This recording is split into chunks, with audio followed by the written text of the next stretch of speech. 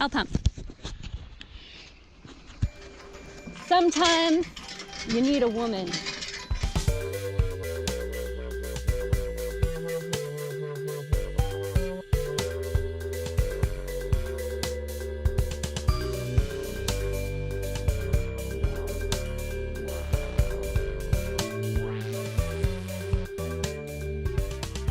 We are on our 19th day on the road. Now I'm so excited about this camp spot we just found. It's at the top of this road called Dome Road outside of Dawson City in the Yukon. And we've got a view of the kind of the old mining area where you can see a lot of industrial stuff.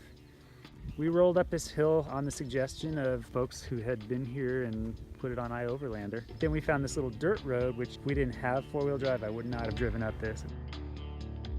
But we've got this platform on top, it's all ours, and it's just wonderful. There's a lot of mosquitoes here, so I've got my net on. Me too. Yeah, except when we eat or drink. What did we do today since we checked in last? We went on a hike. We didn't see any grizzlies, which is cool, except it would have been neat to see them from afar. And then we drove out of the dumpster. We're done with the dumpster. It treated us so well. No tire holes. That's big news for us, isn't it? I mean, we had 2 spares pretty much because of the dumpster. And we were just super prepared and didn't need any of our preparation, and that's the best way to be. We didn't need anything. We could have just cartwheeled on up there. It would have been fine. But then we put air back in our tires, emptied the jerry cans into the tank, and then drove here. Midnight Dome. Tomorrow we're gonna go explore Dawson. We're gonna wash Joan Wilder. We're cooking some stuff for Din Din. Yeah, it's special. So tonight we have cabbage and carrots and onions in the broth, and then kimchi, which I've been sampling, is delicious. And we'll place it over the noodles, and then we're gonna squeeze some of this lime over everything. After we finished our pho dinner, we decided to go for an evening constitutional walk and see what was to be seen. We happened across a little red fox. He was digging for his dinner. It was really cute. Little Foxy Pants stuck around quite a while. I think he liked being near us. I think he thought that he wanted some of our dinner. Yeah, I think we probably smelled pretty good. Or maybe it was us. Maybe he just really liked us. Yeah, we have a pretty awesome vibe. A foxy vibe.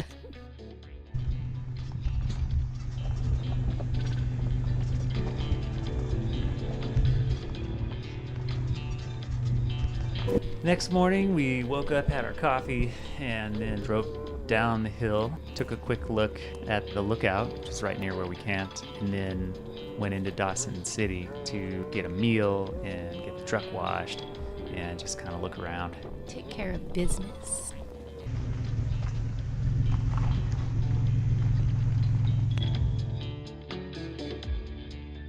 We saw this really cool overland RV rig built on a Mercedes military vehicle, and they had a website on the door, so I looked them up. It's a German couple, and they've been traveling the world for 5 years. It was funny, the juxtaposition of the Joan and then their giant rig. It was like, overlanders come in all shapes and sizes.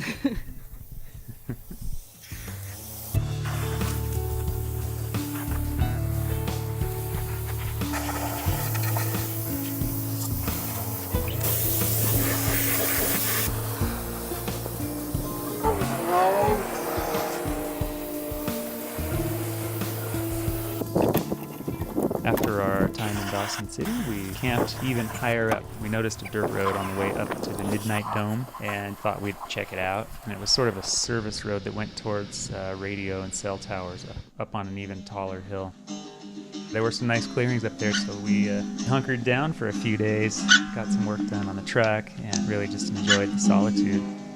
This was the perfect time to start recording some of the riffs and songs that have been in my head for years, really.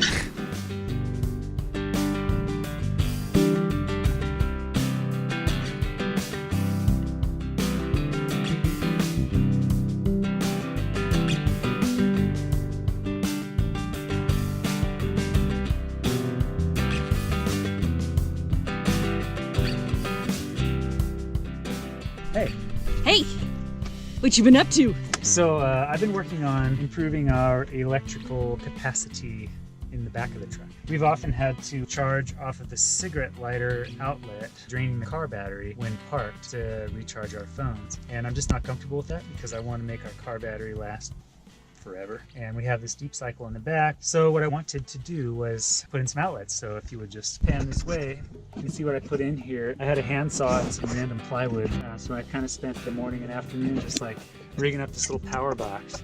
And we have here double USB with built-in voltmeters, 2 of those, and 12-volt outlets. They all have covers to keep dust out, moisture, whatever. Each is fused on this fuse block, and then they run down to our deep cycle battery, which is right there.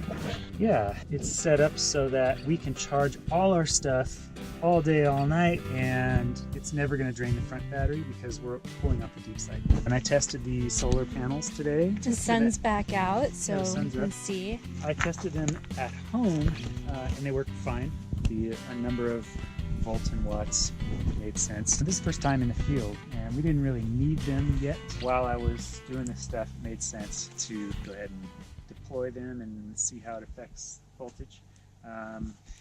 Up here, there's also a solar controller, which is this piece here, and it shows our current battery voltage. 12.4. Which is great. When we're driving, it sits around 13. When we park, it sits between 12 and 12.8. When it gets well below 12 or closer to 11, we know we're starting to drain it a little. We're running our refrigerator constantly. So far, even without solar, we've been fine, but we've been driving a lot. Now that we're slowing down and parking more, driving less, we're not going to be running the alternator as often, which means the batteries will be struggling. Therefore, the solar will come in handy. We're kind of like set now. I just have to clean up all the tools and put them away so that we can get back to camping and enjoying.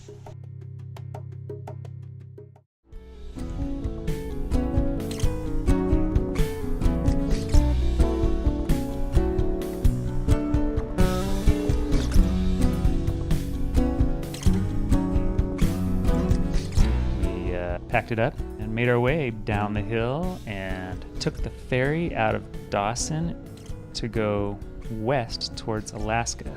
Ferry crossed the Yukon River.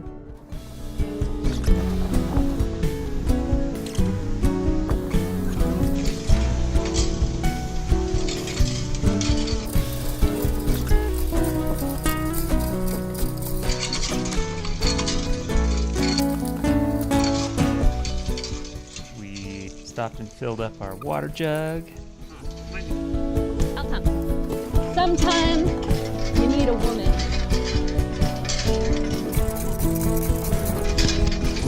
This is how it's done. Teamwork. It's very important. The Top of the World Highway connects Dawson City to Tok, Alaska, and it crosses over the northernmost land border in the world. I don't know. I don't know if it's in the world, but it's definitely in the US. Well, in North America. Okay. The northernmost land border in North America.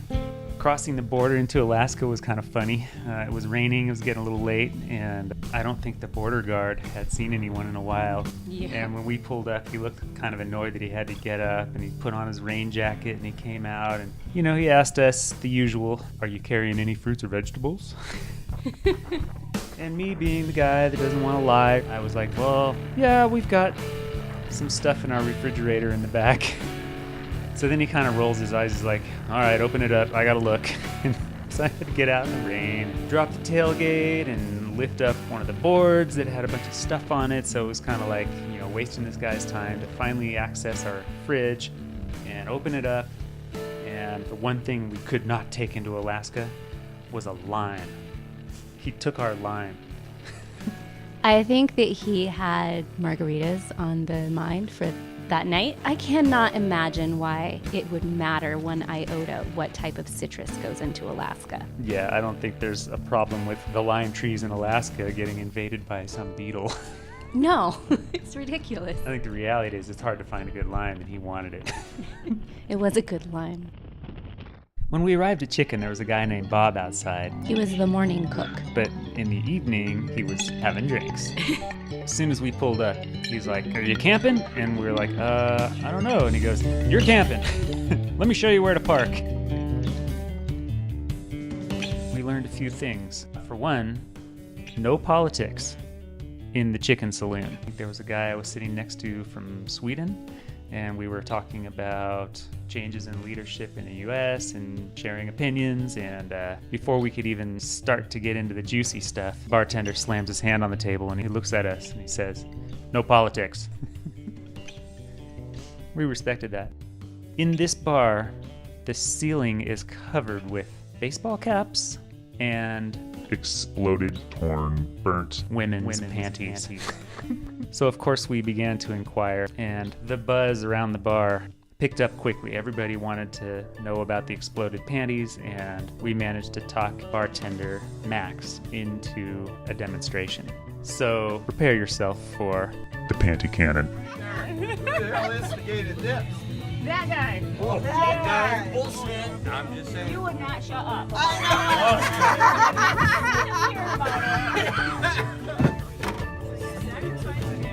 Oh, man. I don't like these pair anyway, so. Don't smoke by this. We're gonna light those goddamn things. Is that Lucy? I'm in there. Oh. Go, Tony. There we go. Our Chicago boys learning new shit right here. Oh, you can't. If you do too much, it's gonna get stuck. So you're like, There you go. okay, good.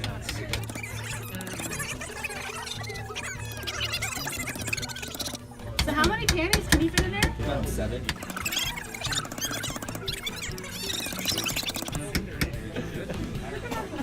I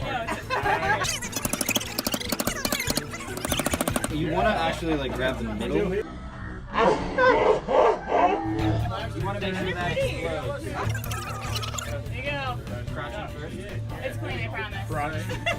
Did you guys cut those off? Yeah. Yes. Okay, just checking because they don't look normal. You want to leave a little bit out.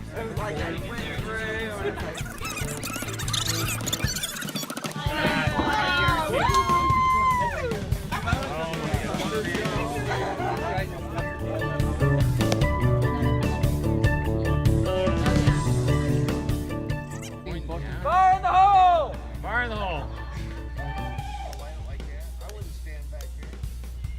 Good thing that panty cannon's heavy. You're gonna want to hold her ears. Yeah, it's perfect. It's right at it.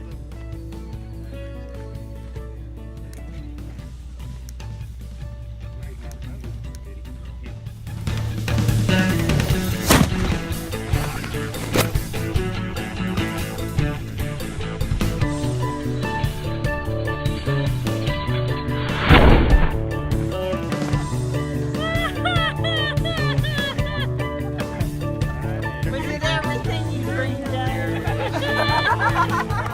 And then some. Next time on Sporadic Sojourns, you can look forward to an unexpected road trip in Nebesna, a hike on a glacier, a race, but you'll have to wait for the whole story.